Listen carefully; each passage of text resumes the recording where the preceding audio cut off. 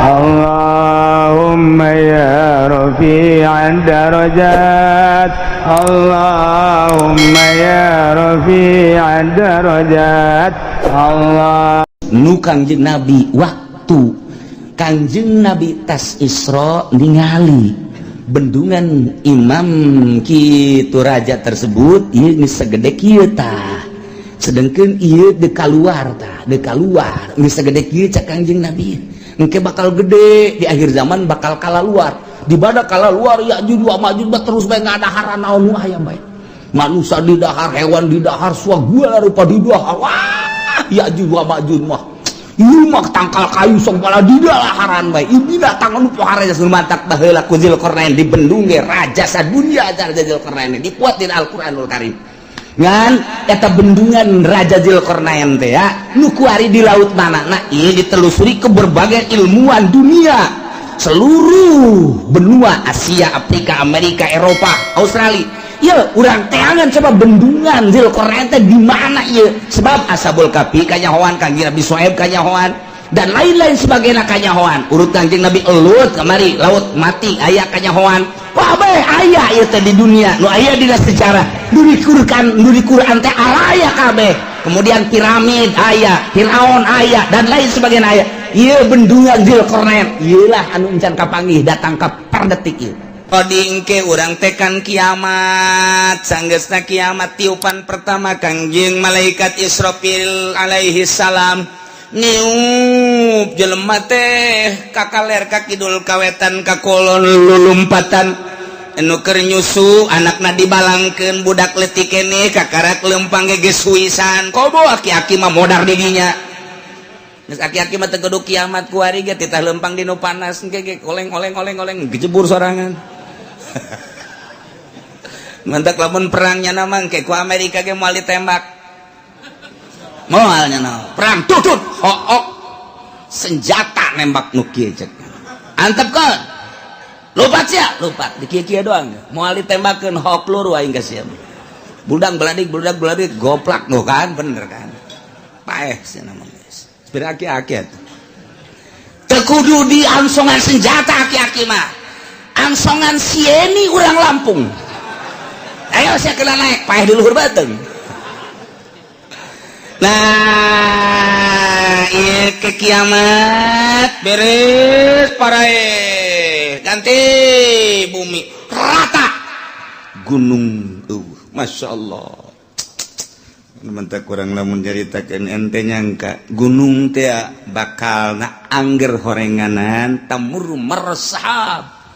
Gunung nuku urang kaciri teger watarol jibala ente neule gunung pajar ente magagah tegak luar biasa horenganan gunung teh lempang tamurum maros percis okos mega bae lempang gunung dengke bae lempang yuk balik hati sampai lelempangan kali kakak aju watarol jibala komidah disangka gunung teh teger kuat horenganan tamuru maros sahab leeh nana gunung sakitu tegerna leeh kok masih Juned aju ganti rata laut gunung kobe wah geus diterjemahkeun ku Raden Oma Irama kiamat terjadinya jadi presiden. Masya Allah, gunung-gunung yang tinggi menjulang hari itu akan dimusnahkan. Wah, pohara jasa. Masya Allah, lautan yang dalam sarua bae eta kos kitu jana beunang di Quran moal salah eta. Ya Allah ya Rabbi beres kabeh kuari hujan teng tiup roh ku malaikat Israfil saat merelentis kostoge cal roh ararasu ngeguruh jelema nu tadina sepi eueuh sasah wabeh poe kullu man alaya fan wa yabqa wajhu rabbika dzul jalali wal kullu man 'alaiha fan wabeh aya di bumi langit rusak modar kabeh wa yabqa wajhu rabbika dzul jalali wal ikram hanya Gusti Allah sorangan nang tangan Gusti Allah limanil mulkul yaum can jadi raja apa ieu ai raja Mesir raja Mekah raja Yaman raja Indonesia udang ngaku sia jadi raja hah kayak udang Jokowi udang Prabowo udang cak Prabowo hirup kene mah can nyaho bawa jadi henteu itu bayar turun geus coba Soekarno udah kayak dia udang ke Pak Harto udah Gus Dur saya kan dilengserkan cek Gus Dur ya saya emang gak ada tanggung jawab bukan dilengserkan kalau saya lanjut baru saya tanggung jawab untung saya dilengserkan ya udah cek malaikat Israfil tenang Dur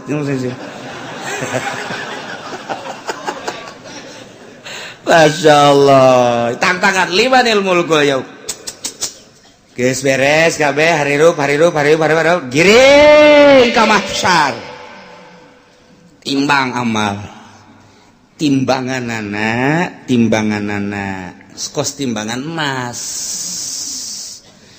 aya talanjuhan aya jaruman aya cecepehan cecepeh nusa belah langit jeung bumi mun dieusikeun ka dinya asup nusa belah deui geus teu kabagian jadi wa kadegeun di asup ngun ku gede genana cecepeh ari nu deuk ditimbangna segede Juned leutik kan ku gede-gede amat deuk ningalikeun jeung nembongkeun ka maha kuasaan jeung maha dahsyatan Gusti Allah Subhanahu wa taala. Wih, jelema digiring di berbagai negara kabeh ka mahsyar. Di mana letak mahsyar? Letak mahsyar teh Masjidil Aqsa. Berarti di itu boga sejarah dunia, boga sejarah di akhirat ge boga sejarah. Masya Allah karim. Iyalah, nu dek dicaritakeun. Rantung jelema kabeh. Malaikat Jibril cicing di tengah. Dihareup Kangjeng Nabi urang.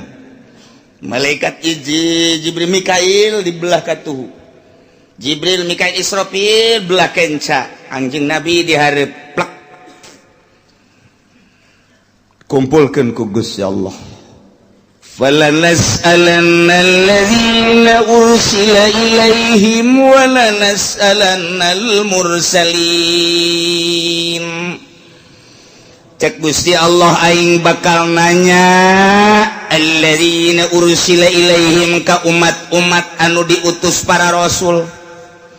Ndek ditanya teh an ijabatihim ar-rusula wa amalihim fima balagahum tentang ijabah ka para rasul jeung ngamalkeun naon nu disampaikeun ku para rasul ka maranehanana. Masyaallah. Di samping umat nu bakal ditanya walanas'alannal mursalin, yakin kaula nu agung bakal nanya deui ka para mursalin utusan-utusan ditanya anil iblagi tina nyampekeunana. Ya Allah ya Rabbi wabah ditanya bari pertanyaan teh sabenerna mau walana qusana alaihim biilmin, yakin kaula bakal nyaritakeun ka umat ka para rasul kula bakal nyaritakeun biilmin dengan kanyaho jelas nyaho wa makunna ghaibin jeung kaula teu gaib teu nyahona kabeh nyaho ngan tetep ditanya bae pan jelema ditanya teh aya nu nanya teh nyaho nu mantak nanya ge pan teu nyaho mang kaula ieu deuk ka Bandung hayu ieu jalan deuk ka Bandung jalan mana bener-bener teu nyaho berarti kaula mudik ieu milu mudik deuk ka Jawa Tengah Pak deuk ka Jogja jalan ka mana lontaran loba jasa ieu itu Jogja ka belah dieu manggih deui Jogja kanan belah ditu ke manggih deui Jogja kiri bingung aing mah ieu Jogja deui belah ditu tek Jogja deui isi jalan nu mana deuk ka Surabaya teu nyaho nanya atawa nyana nanya Pak ieu teh kula teh rek dagang ieu cara dagang teh kumaha ieu modal da sakieu deuk didagangkeunana ieu nyokot teh di supaya teu nyaho nanya berarti tah kula teh hayang kawin hayu hayang deuk nanya bae ieu mah kira-kira kumaha ieu kula lamun kawin atuh babari modalna boga henteu ulah bakal kawin sia teu boga modal nanya teh ya teu nyaho biasana nanya teh nyaho aya jelema nu nanya ngan aing mah sebenarnya mah nyaho ngan nanya sote aing mah ngetes bae sia tanya nyahoeun tante padahal mah nyaho ye kos ka budak tanya cek 2 jeung 2 sabaraha geus nyahoeun nu nanya nama ngan ieu dites 2 jeung 2 cak bapak tolol sia kudu ngabalikeun di ka aing 2 jeung 2 sabaraha cak bapak wah budak blon nih budak mun cak bapak 4 kula 4 mun cak bapak 5 kula 5 aku bacak bapak bae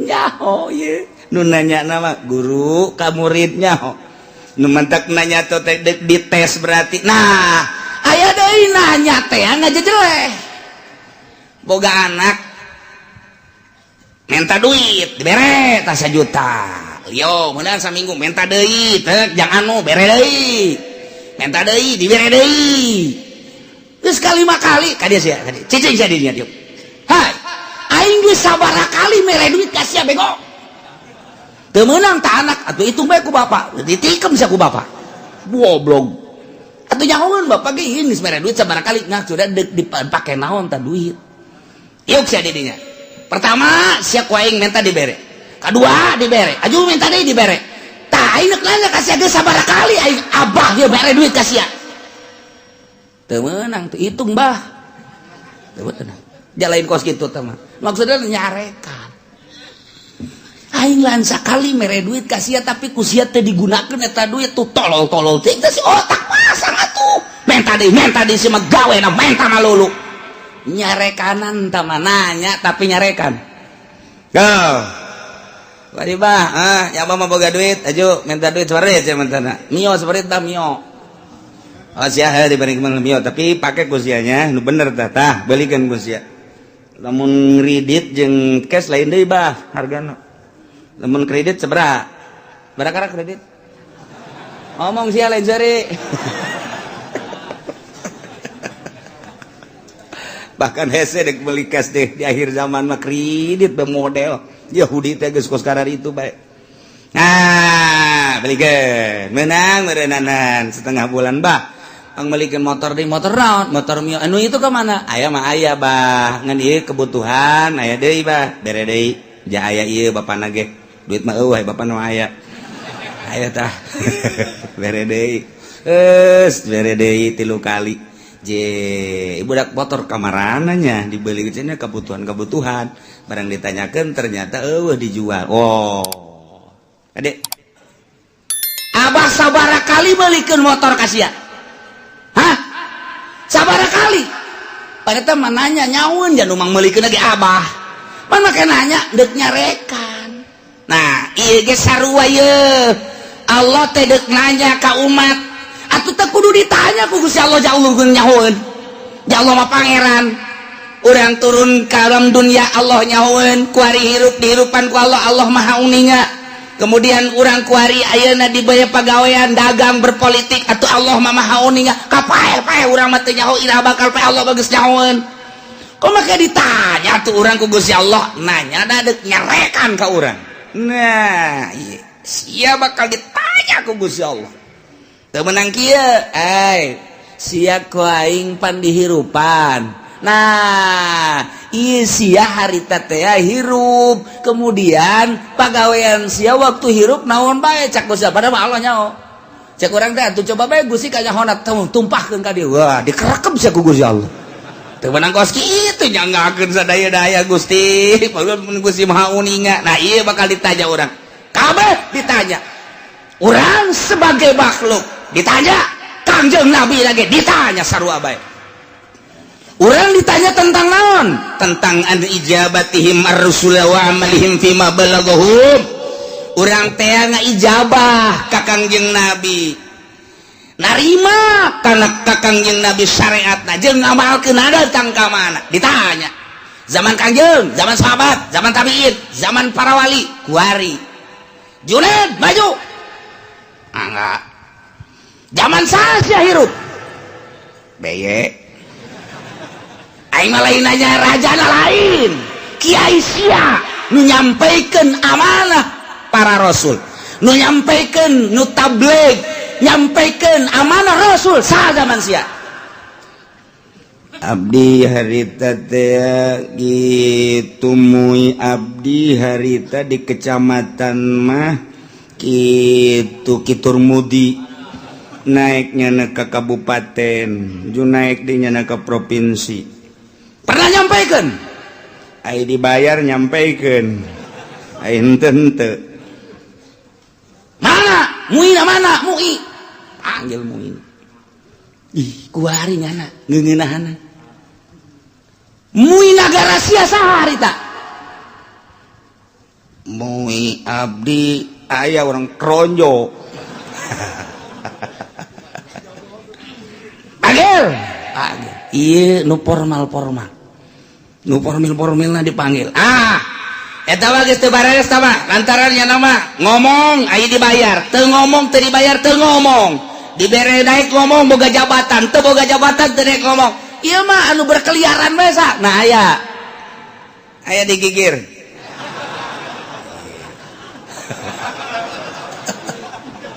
disebutan di Jakarta kiai anu di kampung kiai anu pernah nyampaikan pernah cara nyampaikan aku mah muludan bere duit eta lah lamun dari bere duit ngaco ulah nu eta nu asli nu nyampaikan nu asli saha ayo gerak budi bejakeun diangsongkeun ka hareup deuk kumaha coba eta urang lamun geus dikitukeun kumaha eta di hareupeun Gusti Allah nah sia zaman ieu pernah nyampaikan nyana bahwa Nabi akhir zaman Kangjeng Nabi Muhammad pernah kemudian naon nu disampaikan ku manehanana rukun wudu rukun salat dan syariat lah dain sebagainya bener coba tanya kiaina ditanya deh siapa pernah nyampaikan bener nyampaikan lagi dah bae ai diondang muludan sok diberkatan aya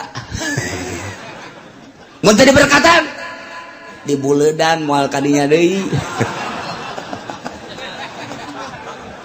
wah teu beres ya aduh Masya Allah lah ieu bakal caritakeun secara global be umat bakal ditanya tentang narima syariat ti Kangjeng Nabi na nya atawa henteu aya apa henteu ditanya hai umat pernah henteu Muhammad nyampaikeun amanah ka anjeun tabligh risalah wah jelema burr kabeh ngomong aya nu pernah aya nu henteu ai Islam kabeh nyaritakeun pernah kafir mah henteu kan bela dirinya cak Nasrani teu pernah kami mah teu pernah sampai berita-berita kebenaran Muhammad teu pernah sampai Muhammad nyaritakeun tentang syariat teu pernah Nasrani Yahudi kabeh wah bangsa encek kabeh ngararomong engke mah kuari nyana baru teu beuteungna engke mah nyana di ditu pias teu pernah nyampaikeun umat kaula teu iman ge ka Gusti teu iman ge ka Muhammad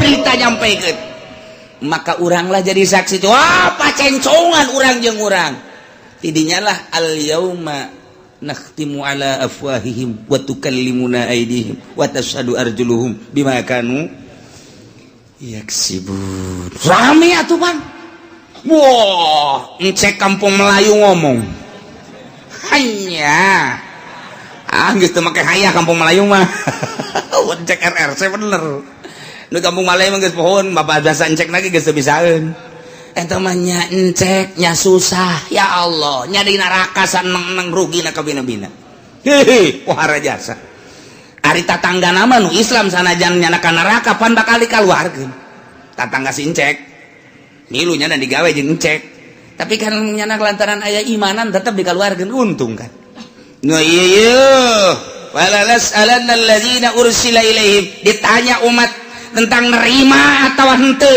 ka para rasul jeung sanggeus nerima ngamalkeunana macem-macem ke rame wala nas'alannal mursalin para rasul ge ditanya Adam ditanya Idris ditanya Kangjeng Nabi Nuh ditanya Kangjeng Nabi Sulaiman Kangjeng Nabi Isa Kangjeng Nabi Musa Kangjeng Nabi urang ge ditanya nyampikeun apa henteu Masya Allah padahal mah Allah teh nyahun falanakusson alaihim bi'ilmin wa ma kunna ibin teu gaib nyaho ngan deuk hayang nyaho coba datang ka mana bari deuk ditaubeh di memeleh di jejele aya jelema anu ja abdi mah ieu hirup teh di zaman SBY kiaina harita kiai Pulan abdi mah teu pernah ngadenge nyana nyampeikeun ore cok jelema teh falanakussanna alaihim ilmin cak Gusti Allah nyaho aing ge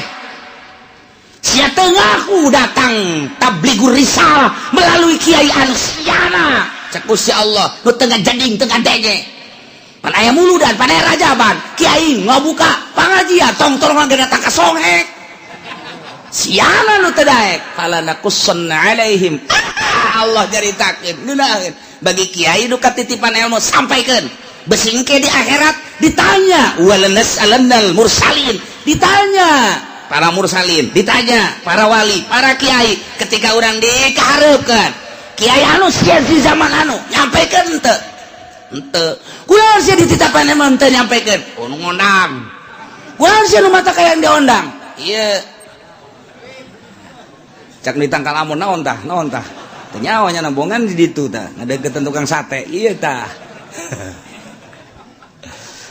tuh kan ditanya kabeh umat ditanya para rasul ditanya Gusti Allah umat ditanya para wali ditanya umat ditanya kiai ditanya kabeh mana teuing ramena nah wa ma kunna ghaibin sabenerna mah atuh aing teu gaib eueuh teu kanyaho teu nyaho an iblagir rusul wal umamil khaliyah bima fi ma amilu nyaho tentang nyampaikeun para rasul nyaho pisan atuh uning pisan jeung umat anu seperti tina pengamalan nu ngamal jeung nu henteu nyaho Allah secara perinci juz'i satu persatu nyaho Gusti Allah si ieu gadenge si ieu ngamalkeun si ieu narima si ieu teu ngamalkeun si ieu narima si ieu ngamalkeun setengah si ieu narima si ieu ngamalkeun poara si ieu narima si ieu teu ngamalkeun nyaho Gusti Allah bakal dicaritakeun hiji-hiji falanakussanna alaihim bi'ilmin wa ma kunna ghaibin lu gaib ya Gusti Allah Gusti Allah maha uninga nu mantak urang kuari salat ti penting teu kudu dikanyahokeun ku tatangga cukup ku Gusti Allah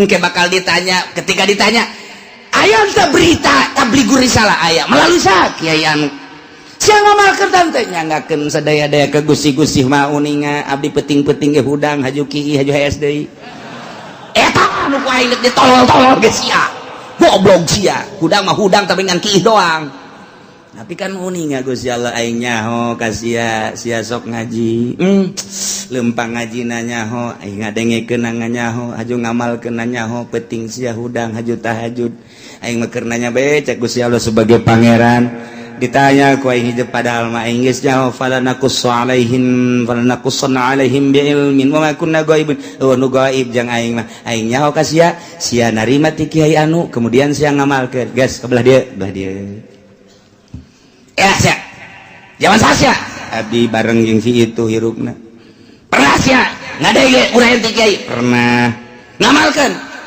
Gusti mah uninga teu kaburu Gusti naon bae kasibukan sia abdi di pabrik Gusti mana babaturan sia anu di pabrik aya tuh itu sia ka di pabrik sia eta neangan duit jang kitu napakah pamajikan jeung keluarga sia sempet salat abdi mah minggu ngaji lamun teu keur gawe emang aya nu minggu gawe aya abdi mah ieu teh ai naon kitu ngaranna kesempatan salat mah salat tah bareng sapabrik sia pan sia mah salat sia henteu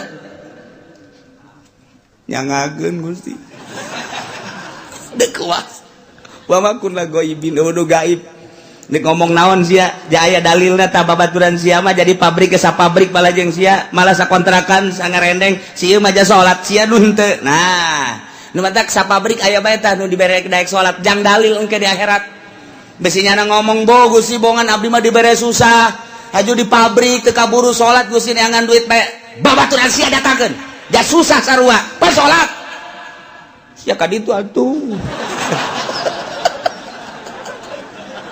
dek lompat ka mana sia ayo sia dalu wabakun la goibin waduh gaib jago sia mah dek nyarekan bae supaya kadenge ku ban sojen tinggal babaturan-babaturannya na waduh si itu dicarekan wah teu aya dicarekan dek lompat ka mana ya aing dek lompat ka mana nah kabeh bakal ditanya falanakussanna alaihim bi'ilmin wa ma kunna ghaibin tanya hiji-hiji bari Allah nyaho lu gaib ka Gusti Allah supaya jelas Allah teh pangeran dek ngajejelek jelema ditanya ku Gusti Allah kunaon sia persiapkeun ti kuari jang engke ngajawab pertanyaan eta lain lalagaan ieu mah Al-Qur'anul Karim wal waznu yauma idzinil haqq ya Allah timbangan lil amali dipasang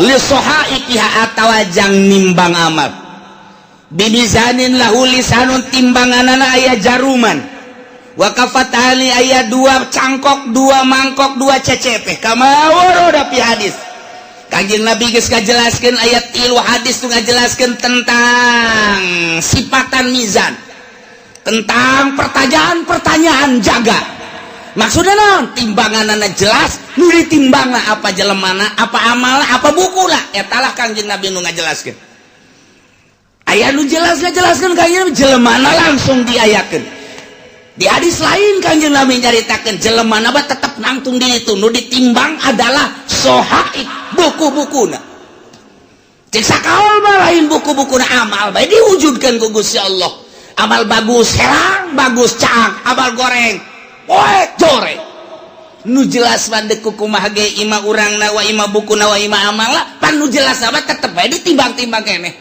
ieulah ayatna wal waznu yauma idzin al haq timbangan nyata timbangan nu bener yauma idzin harita bakal dipasangkeun jangan sing hade faman saqulat mawazinuhu faulaika humul muflihun sahaja lemah nu ditimbang berat amal hadena faulaika humul muflihun bahagia wa man khaffat jelema anu hampang mawazinuhu kahadeanana berat ku kagorenganana faulaika alladzina khasiru anfusahum jelema etalah anu ngarugikeun dirina waktu di dunia bohong teu daek beramal bitaswiriha ilan nar ku sebab dijongklokeun ka neraka bima kanu bi ayatina yazlimun ku sebab maranehanana ngazolimkeun teu percaya ka ayat-ayat Allah subhanahu wa ta'ala nu ngantak urang mah alhamdulillahirabbil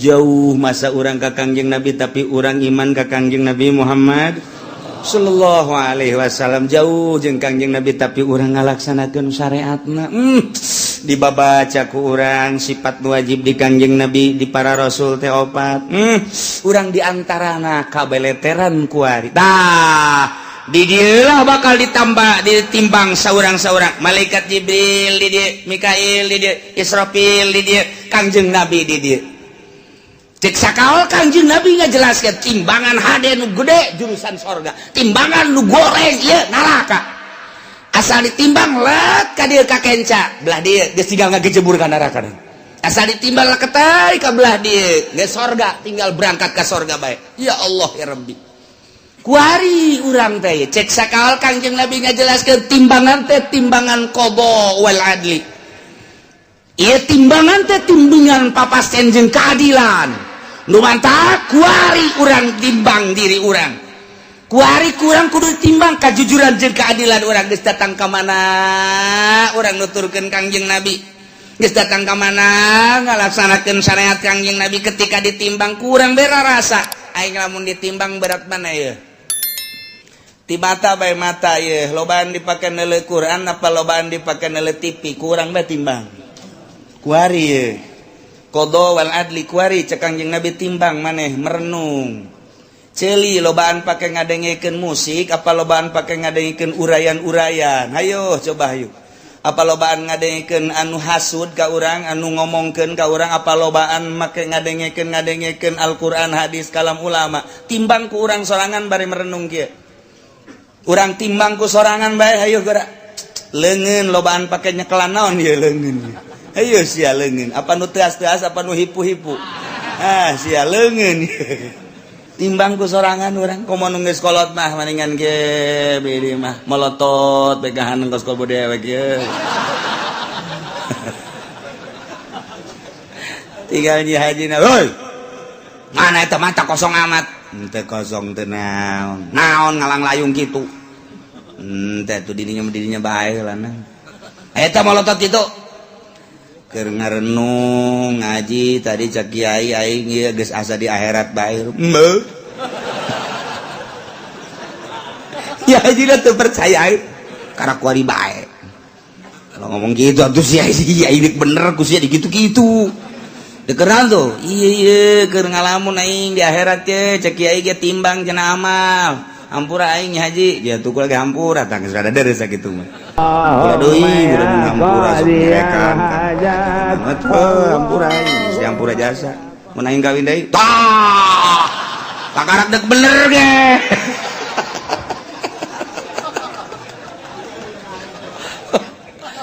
Ya, urang ngarenung ya aing lamun ditimbang kuari andai kata paeh aing ye ditimbang beratan ka mana mulai urang ngurucut cai mata Gusti tibalik datang ka kuari Gusti Allah nyaritakeun kahirupan para rasul nyawa ditarohkeun jang ka Allah terus di para sahabat nyawa ditarohkeun abdi manarohkeun harta ge ku pait-pait teh di zaman para wali songo eta teh perang nyawa tarohanan urang lamun zalah ka Kudus masyaallah jana mapan balik teh dicacag nuku urang kuari dizarahan di Kudus Sunan saha ngaranna Kudus tuh siapa jarah bete nyawaran ayo kiaina poho buku aing ge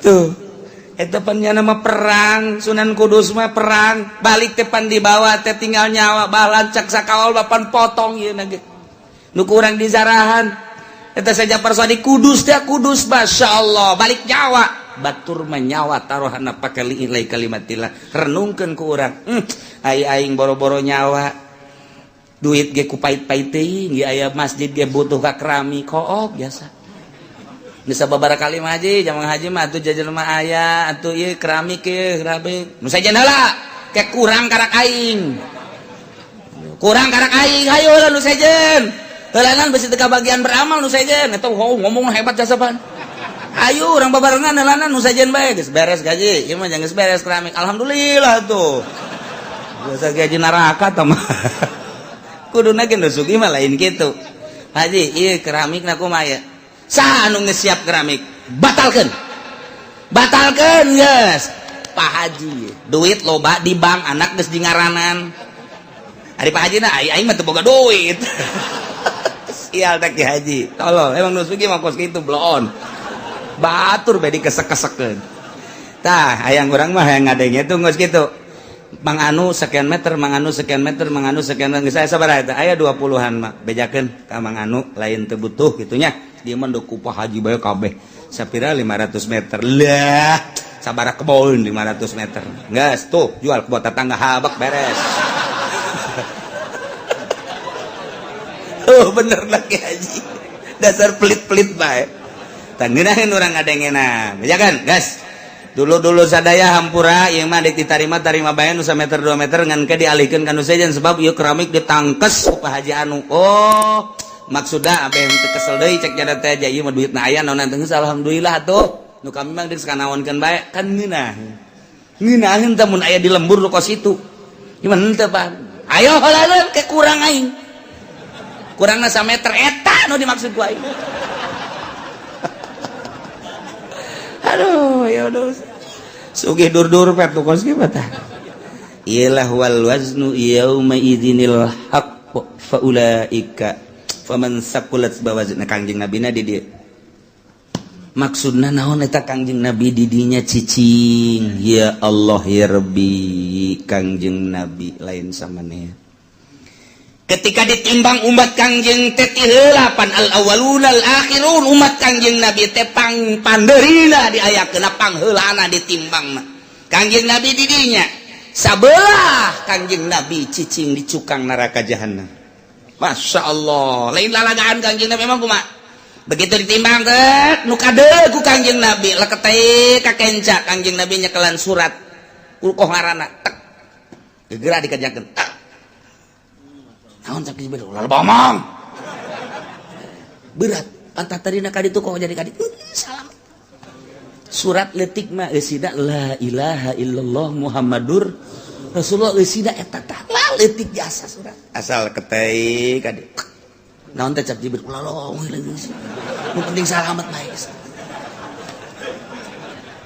sada senang jasa urang boga Kangjeng Nabi modal kitu senang mun aya presiden nu kos kitu mantap jasa tah ya Allah ya bahkan sinar sholawat maka deuleu begitu dek ditimbang tak timbang lakateh kade maneh kadeuleu ku kaula cek Kangjeng Nabi ai Tuhan saha ma ahsanaka wajhaka wa ma ahsanaka khalqaka saha ieu kasep amat jeung bager amat ana nabiyuka Muhammad ku kaula kadeuleu maneh sok maca sholawat 11 tah salat saeutik jasa cek ya kaduhung aing 11 baheula isinya diomongkeun di hareupeun jelema cak batu deh 11 doang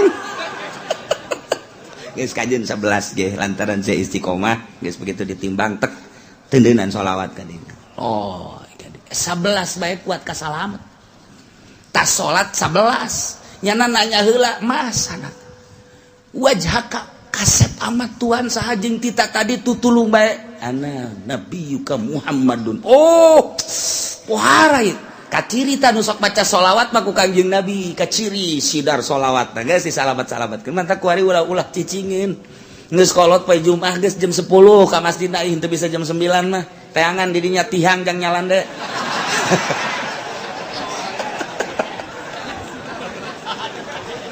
tungtungna lain baca sholawat tasbih ka mana mata ka mana bahkan aya nu nyokot ge tah babaturan tasbih teh nyaho nyana barang hudang aya tasbih aing ka mana Lalu baca sholawat lah mumpung orang hirup komo nunggu sekolot mah ya ingat wal waznu yauma idzinil haqq ya Allah ya Rabbi ingis jasa untung aya Kangjeng Nabi urang Kangjeng Nabi Muhammad sallallahu alaihi wasallam lantaran kabeladianan mah cepet ya cepet limbangna cepet jadi Kangjeng Nabi kan latuh lantaran sorangan limbang cepet lai ka dieu aya anu teu kabagian sapaat kaburu Kangjeng Nabi na keur mujuna ka dieu ieu ka dieu dibalangkeun ka ditu kan waduh aing Muhammad bae cek jana aing teu kabagian ya tapi tetap Kangjeng Nabi kadeuleu ku Kangjeng Nabi pas gagolepak ka neraka cekel ku Kangjeng Nabi entap tulung ka malaikat Jibril salamet ka eta atuh tah geus jore cek eta teh jadi itu lagi main simplong melulu ya aya sholawatan cek Kangjeng Nabi sabaraha sia sok maca sholawat ai muludan cek nya maca tante ente ngadengekeun doang lumayan sakitu ge cek Kangjeng Nabi nya daek ngadengekeun assalamu alayka zainal anbiya ya assalamu alayka atqal atqiyai nu macana mah santri kan jeung kiai sia kula mah cenah ngatur-ngatur eta berkat cek nya aju ngatur-ngatur diatur teu jang kula heula teu tetep salamet bae pan mah poar eta ngan eta teh ngaguling heula ka neraka tah mah tapi tetep kok ngajar rewel Jibril salametkeun Masya Allah Kangjeng Nabi moal aya pang sibuk-sibukna ieu ketika wal wazdu yauma idzinil haq sibuk jasa Kangjeng Nabi geus manu ieu geus manu itu geus manu ieu nu itu geus ulah aya bae umat Kangjeng Nabi nu ngagolepak ka neraka pohara jasa pan mantak teh kuari usul ka Kangjeng Nabi beusi engke kaleupasan teu kadeuleu teu karawel lanjut teu kalekep ka bapak tuh padoh pan geus kalekep apa teu kadeuleu ku Kangjeng Nabi umat aing geus beakeun kan Jibril beak geus aya we nu teu kalekep bangonna mah aya pan kita tadi aing sakieu sibukna cek Kangjeng Nabi ka dieu eta lah aya bae coba tang ya tuh bener cabut Jibril cabut sih ti kalekep kunaon kredit cek eta lewat ketik wari urang lobakeun maca sholawat ka Kangjeng Nabi Muhammad sallallahu alaihi wasallam apalkeun ayat ieu mah ieu jang supaya urang merenung wal waznu ari timbangan yauma izin nalika dipertanyakeun umat jeung para nabi yakni yaumal qiyamah al haqqu timbangan nu jelas nu hak nu nyata bakal dipasangkeun urang bakal ditimbang ima urangna langsung wa ima amalna wa ima bukuna nu bakal ditimbang nu jelas deuk mamana ge pasti ditimbang tah ke Dajjal lah turun. Wah kaunggal negaranya nama hiber Dajjal mah jelema hayang emas cokot batu asal siap percaya aing pangeran. Di mana negara daerah nu eueuh cai aing datang ka dieu tepak doang nya timbul wah cai culcer asal sia mangeranan ka aing pangeran ayo. Jelema iman geus ipis sementara kiai-kiai anu balalager nu balener geus ka Mekah di dieu geus eueuh nu ngelola di unggar nagara kabeh tinggal sumuhun dauh jeung sumuhun dauh boro-boro engke ku Dajjal kakara ku dukun kebul bae ku ari geus sumuhun dauh ku kebul ku dukun bae geus sumuhun engke bakal mah ku Dajjal jelema dipaehan hirupan deui pangeran kos gitulah Dajjal dahsyat jasan nu mantak urang dibere doana ku Gusti Allah minta salamet tina al-masihid Dajjal. Selantaran wah jelema gelo kabeh iman ka Dajjal. Dajjal teh pangeran. Jelema hubu dunia hayang dunia naon bae dicekel jadi dunia. Nu hayang emas jadi emas, hayang duit jadi duit, hayang motor jadi motor. Ku hari bang kredit engke mah hayang naon sia? Mio. Mio datang. Sia naon hayang naon? Hayang Avanza. Beureum Avanza ngajogrog. Sia hayang naon? Ieu mah cenah hayang hartop aya tuh di ditu tuh aya. Los cokot ku sia tuh hartop. Teu leumpang akina rusak. Atuh geus bacuk. Hayo sih hayang awe watu jelema ngagayok. Eta lah nomor kahiji Dajjal. Nomor kedua setelah Dajjal nuzul Isa. Turun Kangjeng Nabi Isa ngan aya anu nyaritakeun memeh Dajjal ieu adalah Imam Mahdi heula geus teu kuat kabeh ngadoa Gusti minta diturunkeun Imam Mahdi aya jelema kasep kemudian salat teureun-eureun Allahu Akbar pas di makom Ibrahim Allahu Akbar. Nu ani ngaganggu urang Arabna urang mamana ge ku harismana ku kasepna gagahna Allahu Akbar teureun-eureun salat bae sapoe dua poe tilu poe mulai suara-suara aya nu kasep salat bae di dinya mulai diperhatikeun ieu tanda-tanda ieu bener Dajjal kakarak begitu mana salam dicekel ditanya manis lu teu daek ngajawab sangaran teu daek ngajawab kabeh nyebutkeun ente Dajjal ente Mahdi teu daek kakarak make subuh wallah ente Mahdi kakarak ditangkeu perjuangkan Mahdi ilah Mahdi nu bakal jadi kesatria eta bakal non istimewa mah berjuang melalui Imam Mahdi mantak kuari geus loba tuh di Cikupa aya Mahdi hiji tapi tukang main gapleh teh mah di Bojong Mahdi hiji teman niruan sendal bae deui si Mahdi macam-macam Mahdi terus Dajjal eleh ku Dajjal mah maka segeralah nuzulu Isa turun Kangjeng Nabi Isa alaihis salam dibantulah Kangjeng Nabi Isa kusaha ku ashabul kahfi nu ayeuna di Yordania nu kamari kuring sadayana zarah ka ditu ieu ashabul kahfi wah buuk ngarundai ka handap lantaran besar bararebu tahun atuh di zaman Raja Dikianus datang ka ayeuna kuku para ranjangnya halis muna panjang nu antak beusi aya di mana bae lubukna panjang wah ieu ashabul kahfi kajen kuku mah sing hade ulah di baturan sing hade juri ieu mah ieu turun di Gunung Karang masalah ini wah gararaga muksal bina tamlikho zunwanus martunus saribunus palyastatiunus ngirta ieu tentara-tentara Allah anu bakal bareng jeung Kangjeng Nabi Isa alaihis Dajjal diudang ku Kangjeng Nabi Isa umpat ka mana diudang terus eleh lah ku Kangjeng Nabi Isa Kangjeng Nabi Isa dakwah dirinya Masya Allah istimewa jasa terus Kangjeng Nabi Isa dakwah saha nu nyaritakeun bahwa kula pangeran batil bohong goblok cak Kangjeng Nabi Isa kula mah sakadar utusan Allah mata kurang lamun nyaritakeun kos kitu teh jelas kunaon kuari pangeranan. Mantak pada tahun 300 sekian musyawarah konsili disebutna mun baheula konsili mun di urang mah muktamar para penggede. Begitu muktamar ngejelaskeun ieu teh untuk memutuskan apa Isa itu adalah Tuhan. Jadi dituhankeunana teh ku uskup-uskup eta teh hasil konsili. Jadi berarti hasil musyawarah. Jadi nganunghankeun pangeran ngamangerankeun ka Kangjeng Nabi Isa teh adalah pada tahun 360 sekian ta eta teh meunang hasil muktamar. Jadi masyarakat supaya nyaho bahwa pangeran teh Isa hasil muktamar disebutna konsili keblon. Aya pangeran urang pangerankeun ju. Ayo geus urang pangeran mantap aya sababaraha muktamar anu hadir di dinya henteu milu ngamangerankeun ka Isa dibunuh pan. Dibunuh eta tetep Isa pangeran.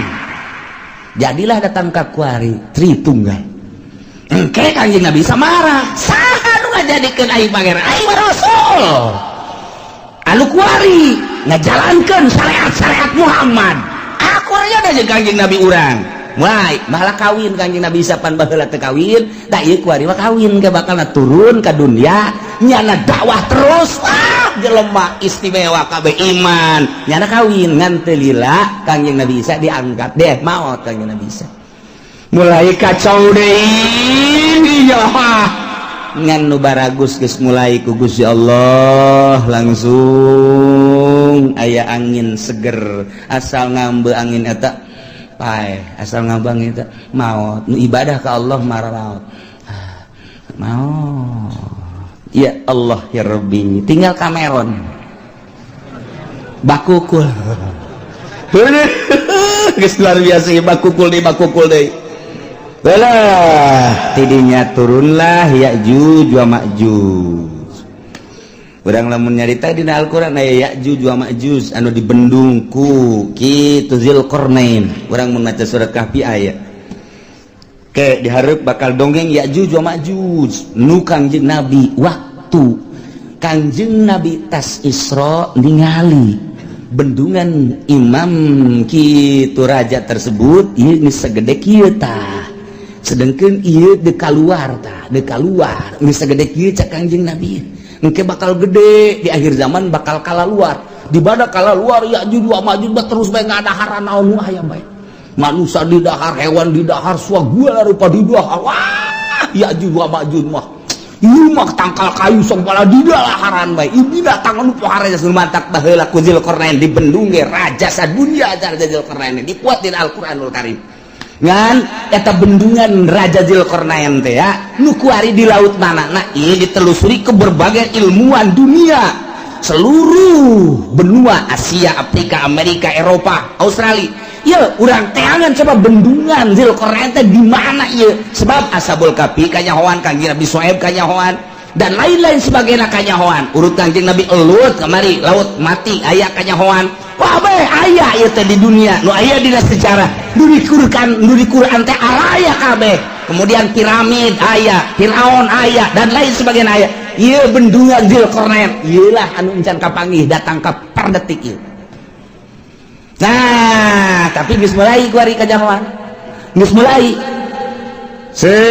Berbarengan jeung kanyahoanana kapal Kangjeng Nabi Nuh. Kapal Kangjeng Nabi Nuh teh kuari teh aya kene.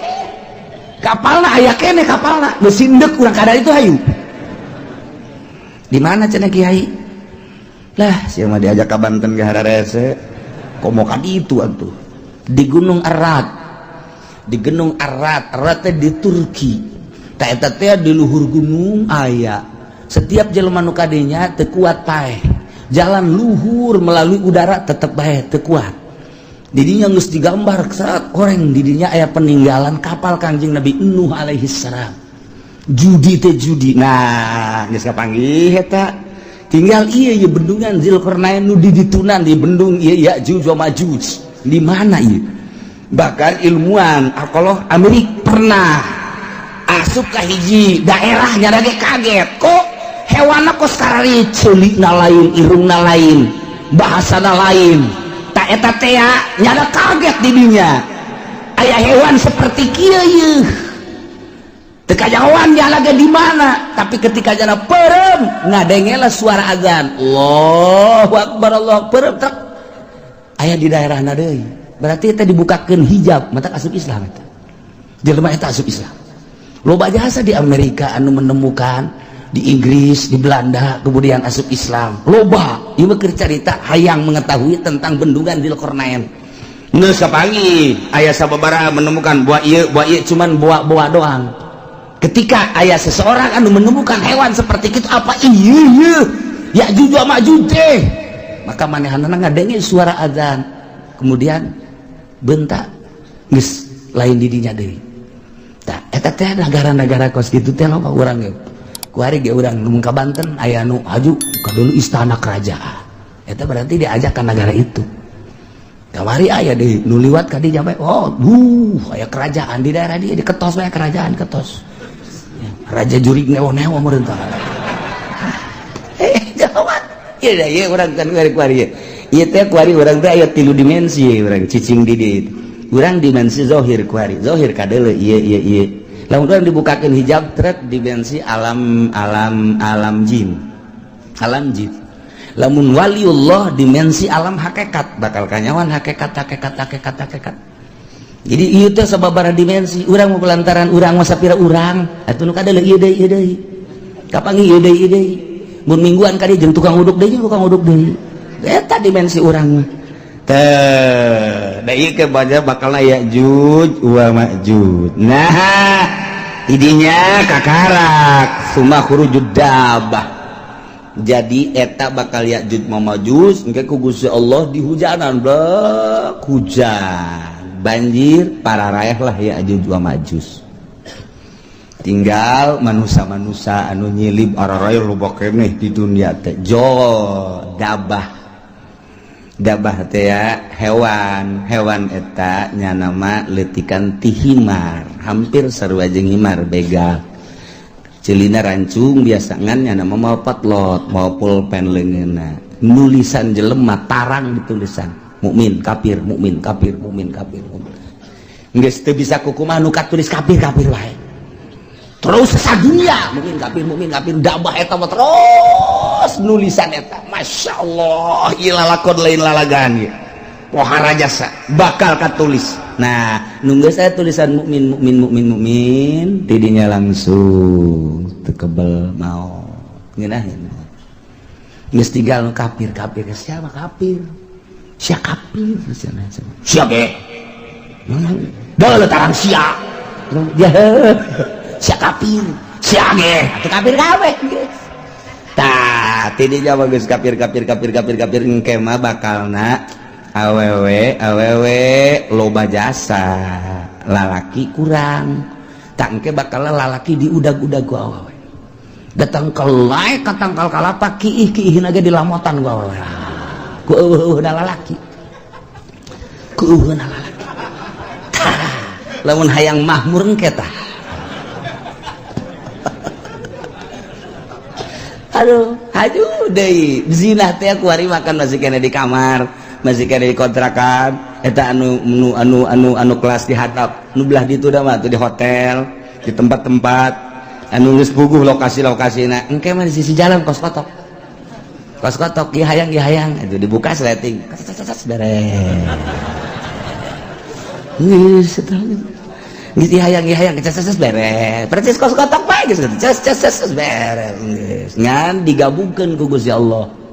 Gabung geus moal aya nu anakan moal aya nu anakan geus we dibere gabung bae. Lantaran dikiamatkeun kan moal aya budak leutik. Nah, aya hiji dua saeutik hiji dua. Paling meureun sadasa hiji nu reuneuh teh. Geus hese ngan gabung bae geus teu araranakan. Ngomongna jelema ku geus lemah-lemahna iman ketika aya nu zina ieu jelema jana zina di dinya ngan ngomong kieu dong atuh hayang boleh di dinya belah ditu kayak ngan ngomong kitu doang geus teu daya teu upaya geus sebab zina kabehan ngan ngomong da teh kitu hayang belah di dinya atuh cekeuna belah ditu ke naon ih kita lalikan aing mah geus beres ngomong kitu ditawaran daekeun pan blon eta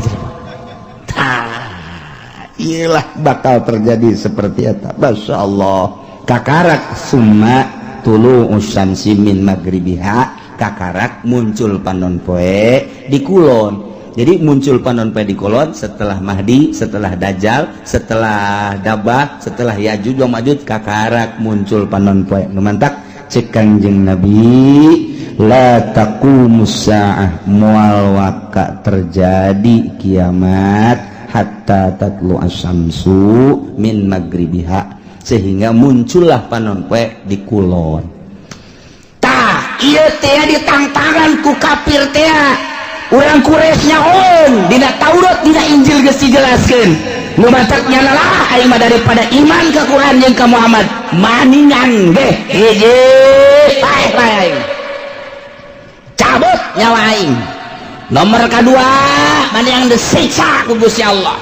Nomor katilu, Allah maning turunkeun bae tanda-tanda kiamat, di antaranya muncul panon poe di kulon. Nu matak ketika muncul panon poe kumaha tangke bakalna, yauma yati ba'du ayati rabbika la yanfa'u nafsan imanuha lam takun amanat min qabl.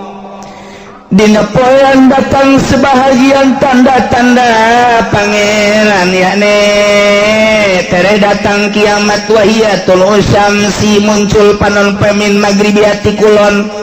Sakumaha geus dijelaskeun di hadis Bukhari Muslim, tah ketika muncul panon poe di kulon teh la yanfa'u nafsan imanuha lam takun amanat min qabl.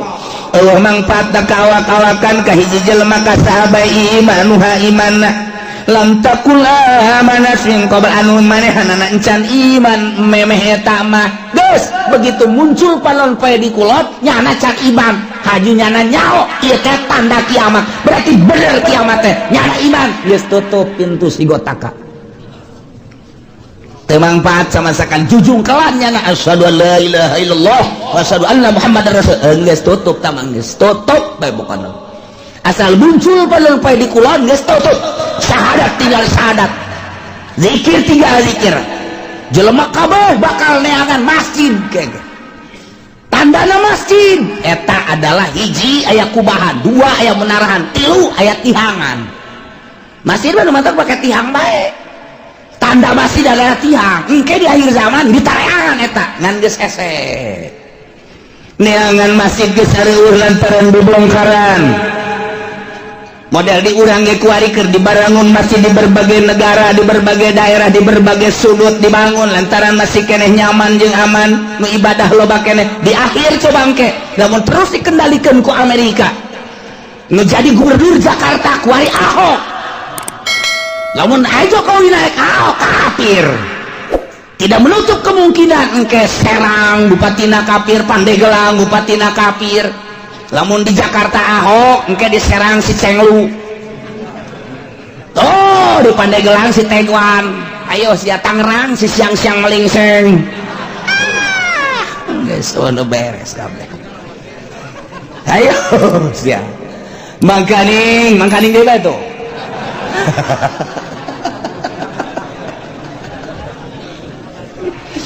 Lipo keur dibangun, BSD dan lain sebagainya bang didinya lah aya pusat-pusat kegiatan-kegiatan kafir.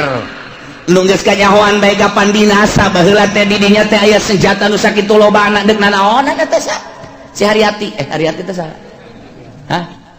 Sakar ngaranna boga nasa? Anu ditangkep teh pan sia nyaho, pan babaturan sia. Kartati. Tepat loba senjata didinya ente mah teu nyaho. Mantak dirahasiakeun ku pemerintah. Bongkar. Waduh, aya naon ieu? Sementara di Jakarta kuari gedung kedubes 12 tingkat Amerika.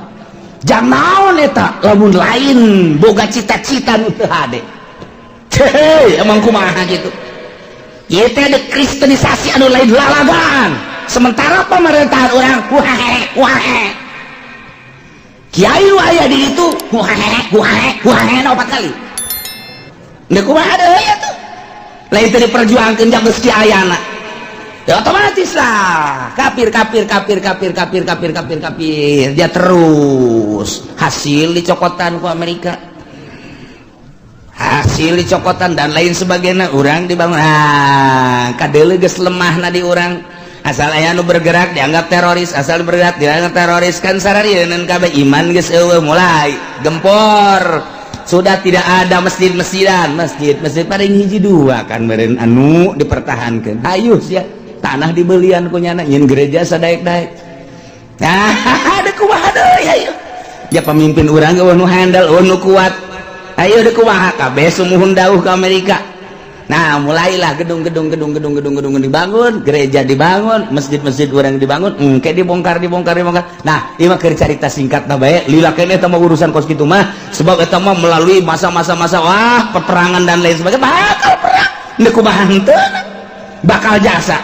Nah, nu mantak kolot urang baheula engke mah bakal perang deui sia, ngan urang mah baheula kolot urang nyaritakeun ejeun kulon. Sakar kulon. Baduy jeung baduy, padahal mah baduy teh horeng eta siloka, baduy teh cak kolot baheula eta teh nu bakal diperangan jeung urang nyana nyahoeun ka jalan-jalan horeng Amerika eta baduy ngaranna siloka kolot eta mah ya atuh perang jeung baduy mah lah sabira baduy atuh horenganan cak kolot baheula tong ke mah baduy terus kalau nggak lembur nuluan jalan orang dongeng munjing kolot kos gitu engke bakal orang diperangan waduh baduy usahawan orang Amerika ku ari teh geus boga satelitnya na urang leumpang ka mana we ngising ka mana we geus kanyahoan satelit Amerika teh geus kieu bae nang haye sia jepeni deuk ka mana lompat sia haye ditembak sia ku aing ngan cak Amerika moal ditembak paeh ti heula ge satelit geus kieu bae hayo coba urang gambaran letikna boga urang internet deh hayang nyaho daerah anu trek pencet asal nyaho bae urang blokna pencet jaheueuh pencet jaheueuh pencet jaheueuh salah mencet waduh sempak sial sial salah mencet aya kiai itu salah mencet lain sial alhamdulillah kitab anyar cenah ieu mah aduh, Masya Allah aya dinya merekna Kiai Haji Google. Waduh bener Masya Allah di akhir jawan geus rek kumaha coba ya lalakonna. Nah engke begitu muncul panon poe ti kulon kakara kabeh maca syahadat neangan masjid geus eueuh lantaran ciri masjid teh aya kubahan aya menarahan jeung aya tihangan kuari masjid geus teu make tihang geus mulai kan kuari ge masjid teu make tihang masjid mah make tihang minimal 4 kuari geus teu make tihang geus teu make wah cenah geus eta bahkan aula nu ka situ mah abe fungsina babari cenah main badminton bisa didinya main bola bisa, didinya main takraw bisa, kemudian main gitu tenis meja bisa dan lain sebagainya bisa. Tak jadi berarti fungsinya geus lain multifungsi deui mah 10 fungsi. Tuh, eta lah. Geus hese neangan masjid syahadat tinggal sana. Nah, la yanfa'u nafsan imanuha lam takun amanat min qabl. Teu aya paedah. Jujungkelan kafir-kafir kabeh para maca syahadat percaya ieu teh kiamat lantaran panonpet timbul ti kulon tetep teu aya mangpaat. Aw nafsan lam takun kasabat fi imaniha atawa awak-awakan anu tatadina manehanana teu pernah ibadah teu aya mangpaatna nyana iman nama ka Gusti Allah cuma teu pernah salat teu pernah puasa harita mulai tobat ka Gusti Allah la tanfa'uha taubatuha teu mangpaat tobatna geus bae doraka bae sanajan nila tobat tutup pintu sigotaka tobat-tobatan hari itu lisat Masya Allah kul bejakeun Muhammad intaziru tungguan gitu ahada haril asya nu tadi dicaritakeun tanda-tanda deukeut ka kiamat timimiti dajjal mahdi dajjal ya'juj kanjeng Nabi Isa kabeh datang ka muncul panonpet tungguan bejakeun tungguan engke bakal cak Gusti Allah ku aing diayakeun di akhir zaman bejakeun tungguan aya hayang kos kitu mah terek iman ka anjeun terek iman ka Al-Qur'an tungguan kege bakal innam muntadirun tuan bakal kapanggih kege Masya Allah. Diawali engke kuloba perjudian, permabokan jeung perzinahan. Engke mah hese neangan parawan nu asli teh hese. Kabeh mun geus kaum deuk dikawin teh nyana bebeja geus pernah zina. Hese geus kabeh. Waduh, luar biasa. Urang mun nyaritakeun perzinahan kuari, ulah kudu di Amerika, di Inggris, di Belanda, di Perancis, di Jerman, ulah negara kafir geus jelas. Di urang kuari. Siswa sekolah Bandung, Surabaya, hese nyaritakeunana. Dikontrakan, jauh ti indung bapak, cacak aya di hareupeun indung bapakna. Nu ditalingakeun si hades ya reuneuh bae. Komo jauh ti indung bapakna. Iman kurang. Duit kurang deui. Jang mayarkeun kontrakan, atuh pan nangkarak. Nah, kumaha deui? Kenapa pan nangkarak? Atuh ieu saya yang penting ada yang bayarin kontrakan cenah teh. Enggak bagus gitu, kececes beres. Eta ya kececesan segala.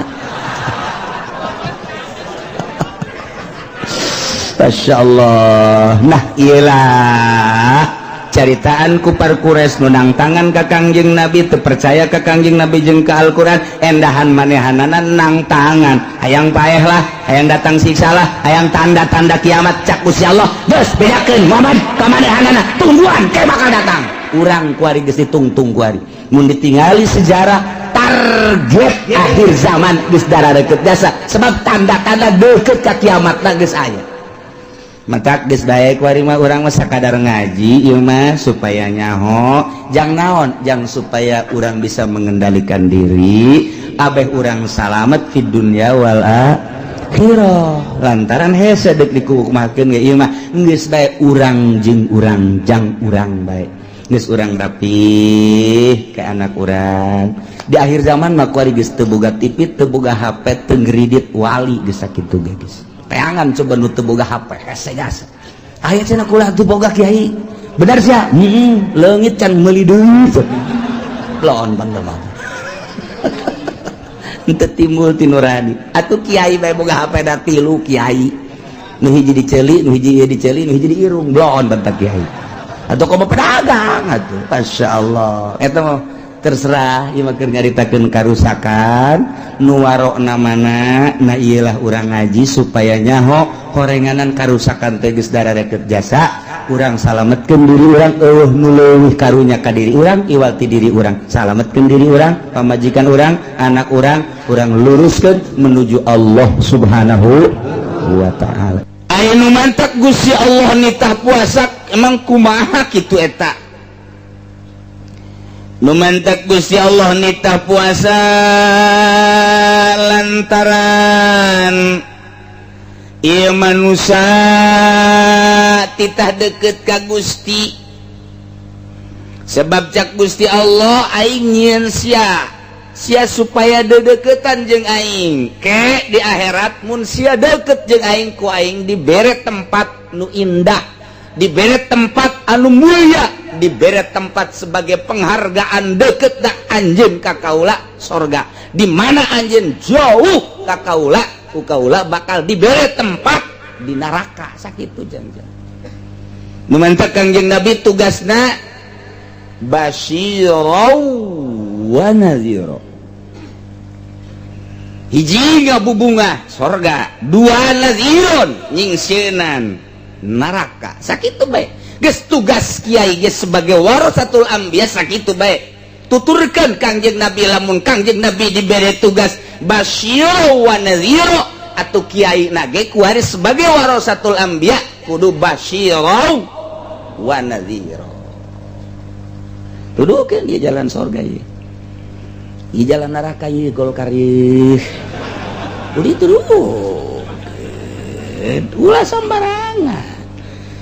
Babagi tugas kiai tugasna corong Al-Qur'an.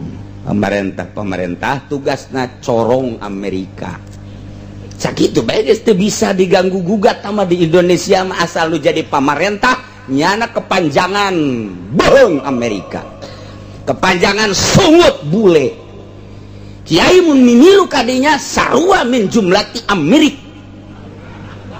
Sarua bae hese-hese tah jadi ngaji mantek mah kos kitu teh kudu dicaritakeun kulun pa badun kulun palesa badun kulun palesa teu kudu buktikeun bae kos kitu ulah jaritakeun mantek bari nyana henteu bermantek palu kuduna teh mah teu nyimpul geus corong Quran kiai mah corong hadis corong ulama eta kiai ulah jadi corong Amerika mun geus jadi corong Amerika boga mobil di dunia nama di akhirat dikerekep sia ku malaikat ji ulah sambarangan huhahe naik Avanza sia deulekeun ka dituna emang kumaha sakumaha sih ngeunahna Avanza di akhirat dibeulem naonan gara-gara jadi corong golgar si Amerika deui bah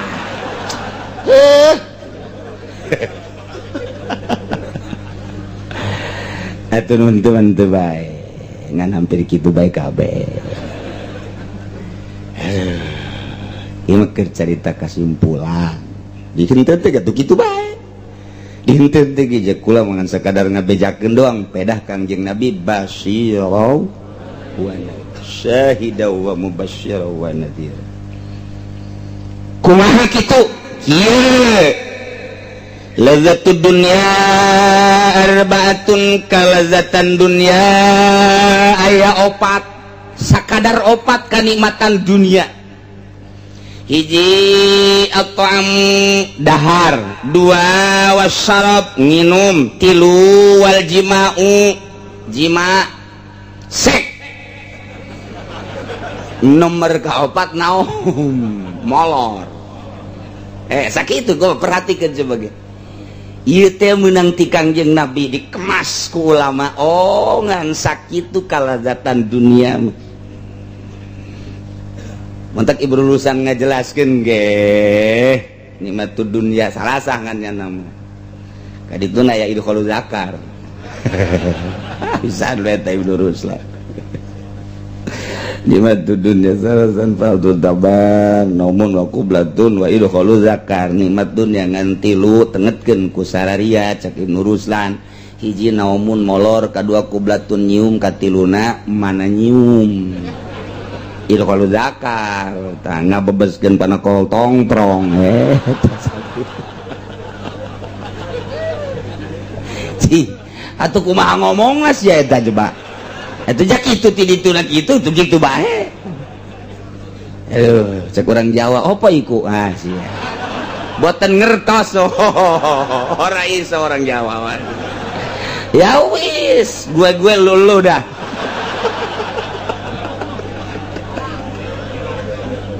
apa iku cenah aduh Masya Allah emang orang Jawa mah pikasirian bae dikasirian bae ke cerita Gus Dur teh diundang ka Mekah ku raja di aya nu dibawa ulama kiai 10 bareng datang ka istana kerajaan di ditu di Arab aya aula di luhurna merekna aya mamnu'ud dukhul nyana kieu bae astagfirullahalazim gideg bae dia teh di hareupeun lawan sambarkan ku Gus Dur ono apa sih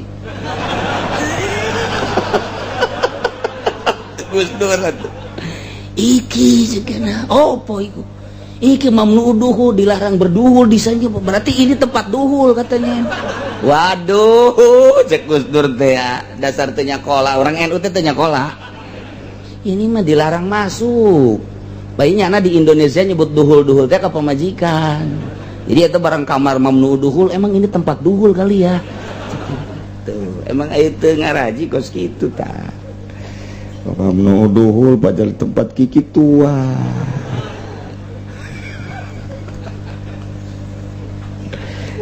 nah hiji dahar dua nginum hartina to'am teh kadaharan timimiti dahar berikut bubuahanana nomor kedua inuman nomor katilu jiman nomor kaopat ieu adalah sare jelema asal geus teu ngeunah dahar gas gada siap-siap ngameteran taneuh 1,5 meter atau 2 meter teu ngeunah nginum kitu keneh bae di mana-mana geus teu kuat jima geus moal kebal deui komo aduh cenah kiai geus 4 peting teh teu bisa kunaon emang wallahu alam atuh geus ieu mere bae caingan geura siap-siap bae ka ditu neuk ngarendeng jeung abah apa jeung emak opat eta nah ternyata begitu diteliti fa innaha hijabun lil abdi anillah nu opat eta karena kalazatan dunia jadi hahalang terhadap manusia terhadap hamba terhadap jelema tidak deket ke Allah nu opat eta ngahalangan deket ke Allah jelema loba dahar jauh jeung Allah loba nginum jauh jeung Allah eta mah deket jeung kebobule nomor katilu jima jauh jeung Allah nomor kaopat naom ieu pertama loba molor teh atuh jauh jeung Allah boro-boro jeung Allah atuh jeung dulurna ge jauh jeung atuh dulurna nanyakeun ka mana si eta hees aduh aing mah boro jeung Allah jeung dulurna jauh jeung babaturanna teh jauh ieu molor nah ieu lah hijabun lil abdi anillah memendak wa idza furidas shaumu syahran ala wa idzan furidas shaumu syahran ala Muhammadin wa ummati kulantaran eta nu opat teh jadi hahalang terhadap hamba ka Gusti Allah Allah mardukeun puasa ka Kangjeng Nabi jeung umatna tina sataun sabulan supaya ngarasa deket jeung Gusti Allah subhanahu wa ta'ala. Orang di bulan Ramadan mah darekeut dasana ka Gusti. Insyaallah salaki bager ka pamajikan. Pamajikan bager ka salaki. Eta Ramadan teh kos kitu teh. Ka anak bager, ka tetangga bager, anu boga mere, nu teu boga menta bager ngaranna. Masyaallah, masyaallah. Istimewa jasa.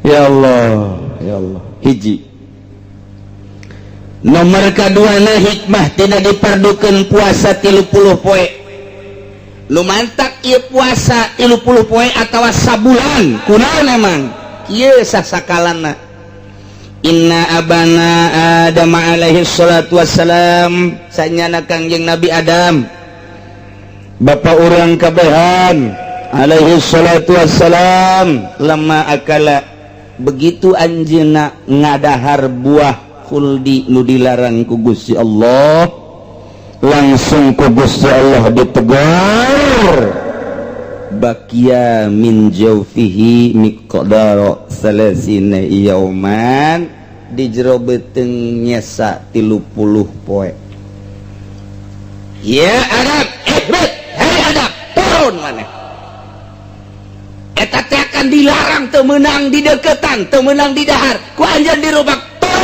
turunlah Kangjeng Nabi Adam nu dibawa ku Kangjeng Nabi Adam ti langit ti sorga opat nomor kahiji daun sebab pakaian eta kabeh kena dicopot ngan ampok-ampok doang nomor kedua kulit iyalah nu pake beber ampok-ampok nomor katilu aya madu sacak-cak dibawa ku Kangjeng Nabi Adam nomor kaopatna ieu adalah getah ambar opat Kangjeng Nabi Adam mawa ka dunia gitulah dongeng Kangjeng Nabi Adam langsung turun di India ngusruk Kangjeng Nabi Adam sujud sanggeus sujud ku Gusti Allah diantepkeun bae satungtung eta buah nu aya di beuteung aya keneh beak-beak 30 poe eueuh 30 poe ya Adam irfa hei Adam tanggah tah dihampura dosa sanggeus teh kahitutkeun kaisingkeun kahitutkeun kaisingkeun 30 poe ka 40 poena bersih maka Kangjeng Nabi Adam ditarima tobatna tah nu bantak urang ge kuari 30 poe dibersihan ke ditungtung tanda ditarima tobat menang Lailatul Qadar.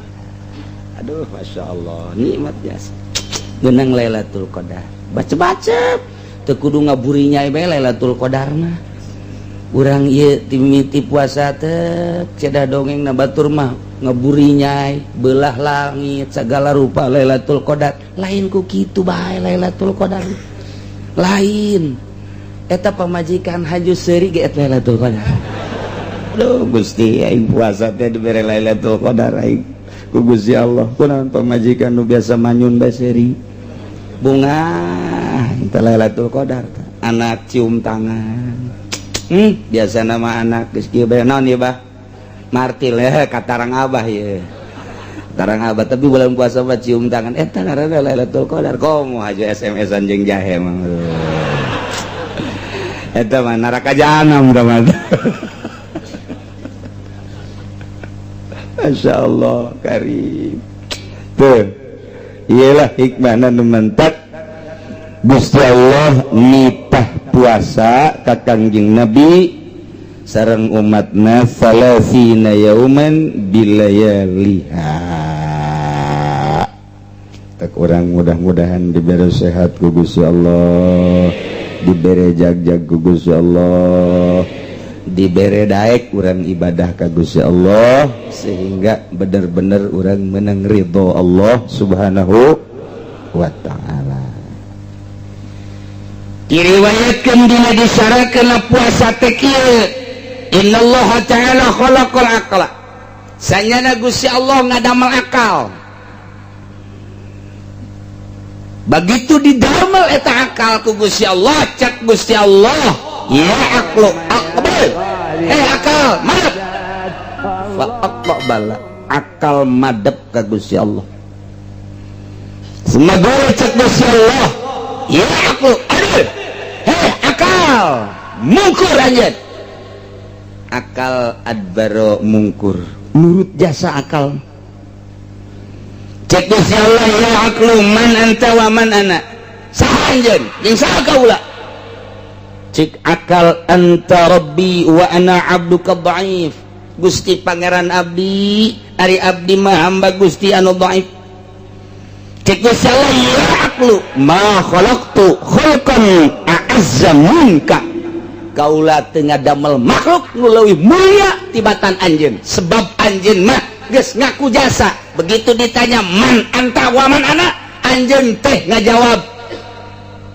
anta rabbi wa ana abduka dhaif istimewa akal mah nyaho posisi eta akal nyaho tempat eta akal beres yes maneh ku kaula didamel makhluk dupang mulia-muliana cicing maneh akal bakal diterapkan di manusia maneh akal ya sukeun ka manusia-manusia nek urang ieu aya akalan nyaho posisi akal memang kumaha kitu akal nu sampurna teh nyaho posisi kumaha nyaho posisina mun kopiah dipake di luhur ku akal kan sapatu dipake di dieu di handap hiji waktu sapatu dikahulukeun kopiah dikasukukeun akalan akalan teh geus kitu ngaranna pamajikan ku urang dihormat pamajikan urang ka urang ngahormat akal hiji waktu pamajikan urang ku urang ditoler-toler aya rangdang ora ku urang dimulyakeun haji kurang akal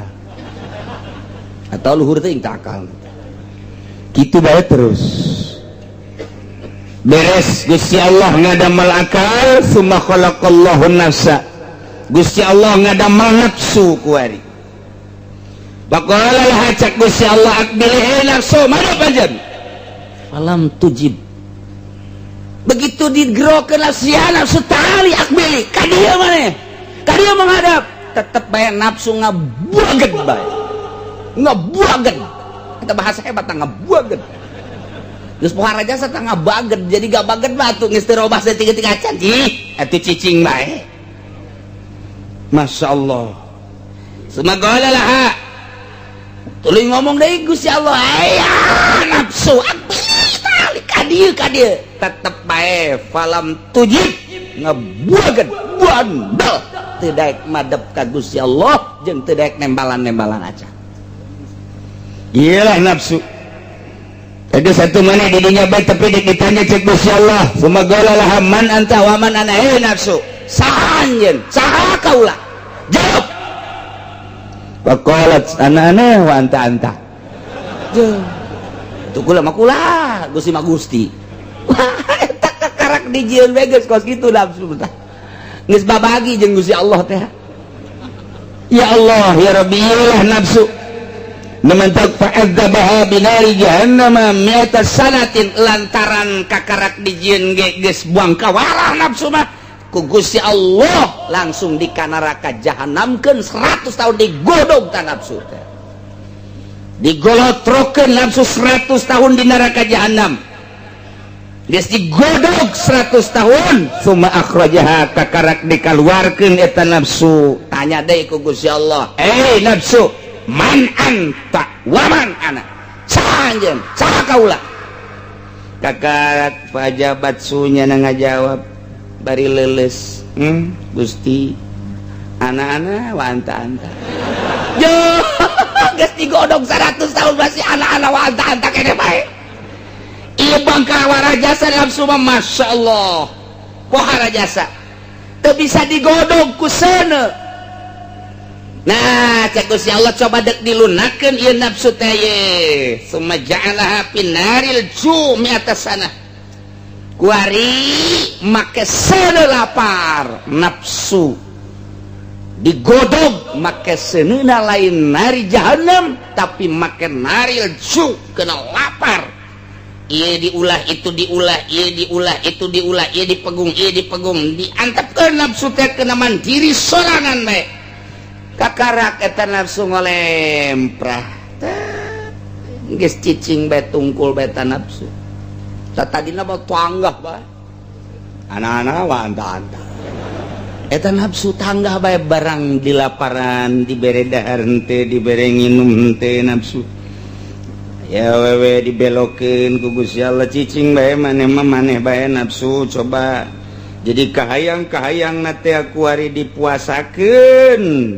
kuari kahayang teh diturutkeun kakarak ditanya ku Gusti ya nafsu man anta wa manana saha anjeun saha kaula kakarak fa aqarat cek nafsu inni abduka wa antar rabbu kaulah hamba Gusti pangeran cek Allah teh orenganan maneh mah supaya ngaku ka aing pangeran teh oreng kudu dikosongan beuteung sia nafsu geus atuh kuari mah kieu bae lah wajaballahu alaihi wasallam bisabab dzalik manusia ku aing deuk dititah puasa supaya lunak nafsu nu aya di diri manusia tah gitulah nu mantak urang titah puasa teh aya nafsu geus di jero puasa ieu nafsu urang teh ulah dikepar bae ulah dikepar bae lempang na bonteng suri geus ngalirik we ieu nafsu teh aya nafsu atuh nafsu teh rek hareup ka Gusti Allah di mana-mana buka nya bonteng suri nya kopi nya teh manis nya susu atuh begitu taraweh teh daek menghadap kereknya nantu taraweh nage milihannya nanu 11 di mana oi taraweh nu 11 di mana tuh di masjid itu yuk urang kadi tulah di mah 23 capek neangan nu 13 neangan nu 11 barang datang kadi itu geus geus alhamdulillah nafsu gara-gara bonteng suri tah ya karim masyaallah